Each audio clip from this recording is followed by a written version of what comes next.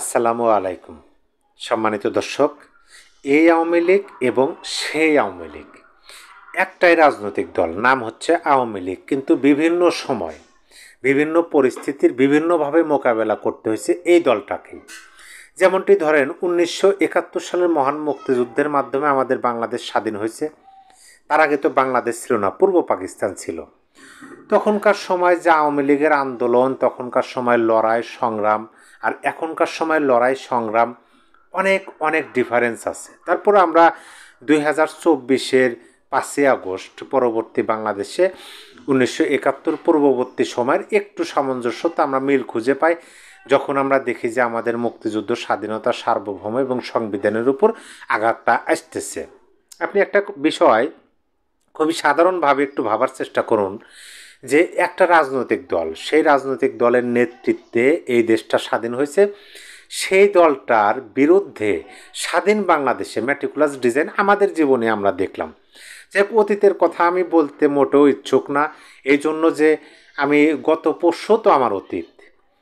2024-এর 5ই August Awami League সরকার ক্ষমতাচ্যুত হওয়ার পরে আমরা বিভিন্নভাবে বলতে শুনছি বিভিন্ন গুরুত্বপূর্ণ ব্যক্তিদের, যাদের বক্তব্য, কথা, মতামত অনেক গুরুত্ব বহন করে, তারাই বলছেন 20 বছর, 50 বছর, 100, 150, 500 এমনকি না আসার সম্ভাবনা আছে, এরকম কথা বলছে। যাক, আমি অতীতের দিকে যাব না। আমার এই ভিডিওতে আমি যেটা শিরোনাম হিসেবে ব্যবহার করছি যে আওয়ামী লীগের ফিরে আসার সূচনা, এটা দেখে আপনাদের মনের মধ্যে এরকম প্রশ্নের উদয় হওয়াটা স্বাভাবিক যে আওয়ামী লীগের ফিরে আসার প্রশ্নটা কেন উঠতেছে। আওয়ামী লীগ তো বাংলাদেশেই আছে, এমনকি বাংলাদেশের সর্বোচ্চ ক্ষমতার চেয়ারে যিনি বসে আছেন মহামান্য রাষ্ট্রপতি, তিনিও তো আওয়ামী লীগেরই নিয়োগ করা।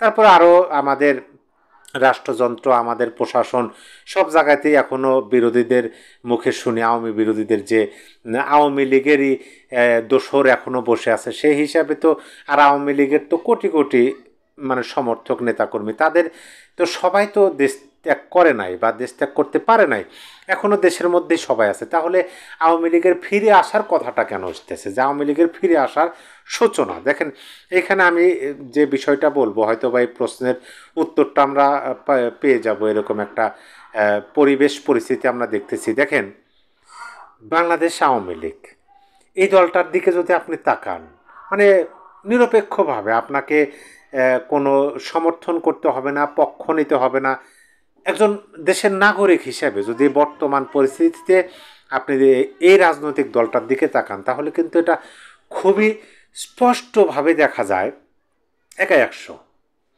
প্রতিটা রাজনৈতিক দল যারা বর্তমানের রাজপথের রাজনীতিতে সচল আছে, অ্যাক্টিভ আছে, তারা যাদেরকে কোনো বাধার সম্মুখীন হওয়া লাগতেছে না, সেরকম প্রতিটা রাজনৈতিক দল আওয়ামী লীগ যেন না আসতে পারে বা আওয়ামী লীগ যেন কোনো কর্মসূচি না করতে পারে, সেই জন্য তারা দেওয়াল তৈরি করতেছে। তারপরে দেখেন, বর্তমান সরকার আবার কি করছে, যে অধ্যাদেশ জারি করার মাধ্যমে কর্মকাণ্ড নিষিদ্ধ করে রাষ্ট্রযন্ত্রকে ব্যবহার করতেছে আওয়ামী লীগকে ঠেকানোর জন্য। এরকম সবাই একদিকে, সবাই, এবং আওয়ামী লীগ একাই একদিকে। আওয়ামী লীগের ভাতৃপ্রতিম সংগঠন বা আওয়ামী লীগের সহযোগী সংগঠন, রাজনৈতিক দল, তারা তো আওয়ামী লীগের, তারাও তো কোণঠাসা, তারাও তো জেল জুলুমের শিকার হচ্ছেন। কিন্তু আপনি এইভাবে একটু ভাবেন যে একটা রাজনৈতিক দল, অপরদিকে আপনার অনেকগুলো রাজনৈতিক দল প্লাস রাষ্ট্রযন্ত্র, সাথে আবার সরকার একত্রিত হয়ে আওয়ামী লীগের সাথে লড়াই করতেছে দীর্ঘদিন ধরে, আজ 15 মাস ধরে। আপনি ওই ক্ষমতাচ্যুতর কথা বলবেন, ক্ষমতাচ্যুত তো ম্যাটিকুলাস ডিজাইনের মাধ্যমে হয়েছে। এখন কেউ যদি আপনার বিরুদ্ধে ষড়যন্ত্র করে, তাহলে তো আপনি সব ষড়যন্ত্র যে মোকাবেলা করতে পারবেন আর সব ষড়যন্ত্রই যে আপনি রুখে দিবেন, সেটা তো শতভাগ সঠিক কথা না।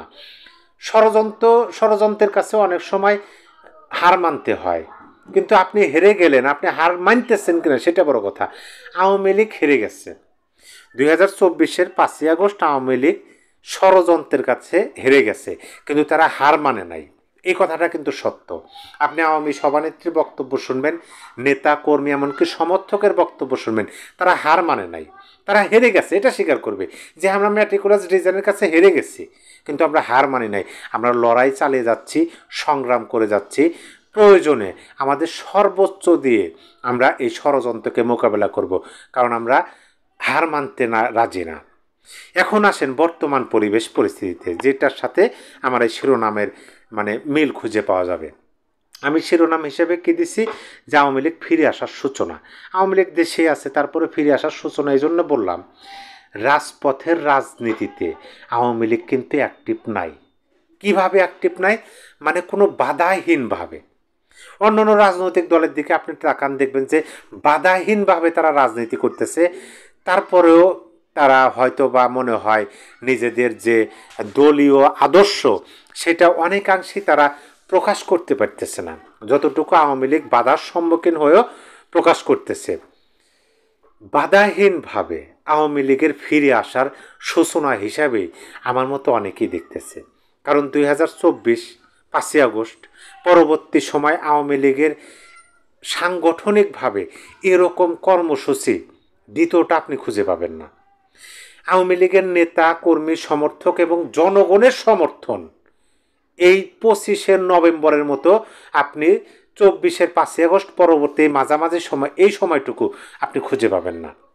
আমি মাঝে মাঝে অবাক হয়ে যাই যে একটা রাজনৈতিক দল, যে দলটার পেছনে বিদেশি শক্তি ষড়যন্ত্র করছে, দেশের অভ্যন্তরে তার বিরুদ্ধে ষড়যন্ত্র হয়েছে, দেশের অভ্যন্তরের রাজনৈতিক দলগুলো তার বিরুদ্ধে কাজ করছে রাজপথে, ম্যাটিকুলাস ডিজাইন হয়েছে, সাধারণ মানুষ, সাধারণ জনতা ম্যাটিকুলাস ডিজাইনের সাথে প্রতারিত হয়ে আওয়ামী লীগের বিপক্ষে কাজ করছে। এখন তারা বুঝতে পারতেছে, কিন্তু কাজ করছে সকল, মানে সবাই একদিকে অবস্থান করে আওয়ামী লীগকে ক্ষমতাচ্যুত করছে।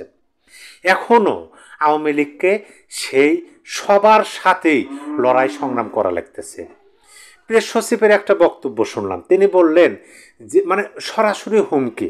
আমি জানি না যে বাংলাদেশের প্রচলিত আইন অনুযায়ী তিনি কি আইন বহির্ভূতই বক্তব্য দিলেন কিনা, আমি বলতে পারি না। তবে আমি যতটুকু শুনতে পেলাম, তিনি আওয়ামী লীগকে হুমকি দিলেন যে এটা কিন্তু 2006 সালের নভেম্বর না, এটা কিন্তু নতুন বাংলাদেশ, এরকম কথা বললেন প্রেস সচিব। আওয়ামী লীগও এই বিষয়গুলো জানে, যেটা নতুন বাংলাদেশ। আর আওয়ামী লীগ, আমার মনে হয় আওয়ামী লীগের নেতাদের বক্তব্য, কর্মীদের বক্তব্য শুনে যতটুকু বুঝতে পারি যে আওয়ামী লীগ সকল পরিস্থিতিতে অলরাউন্ডার। সকল পরিস্থিতিতে, নিজেদের অনুকূলে পরিস্থিতি হোক, প্রতিকূলে হোক, সমস্যা নাই, সকল পরিস্থিতি মোকাবেলা করতে জানে। এখন কিছু কিছু বিষয় এখানে প্রশ্ন আসবে যে তাহলে আওয়ামী লীগ যে এই ষড়যন্ত্রের কাছে হেরে গেল, হেরে যাওয়ার পরিপ্রেক্ষিতেই তো আওয়ামী লীগকে এরকম একটা পরিবেশ পরিস্থিতির মধ্যে পড়তে হয়েছে, তাছাড়া তো পড়তে হতো না। আওয়ামী লীগ এমন একটা পর্যায়ে চলে গেছিল, দেখেন আওয়ামী লীগ যখন ক্ষমতায় ছিল তখন আওয়ামী লীগের সবচেয়ে বড় বিরোধী শক্তি কারা ছিল?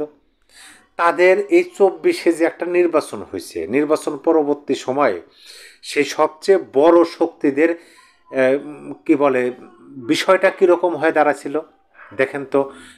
লোকই ছিল না, লোকই ছিল না। তারা কয়েকজন মিলে মিছিল করলো, মিছিল করতেছে, উঠতেছে, পড়তেছে, আবার বসতেছে।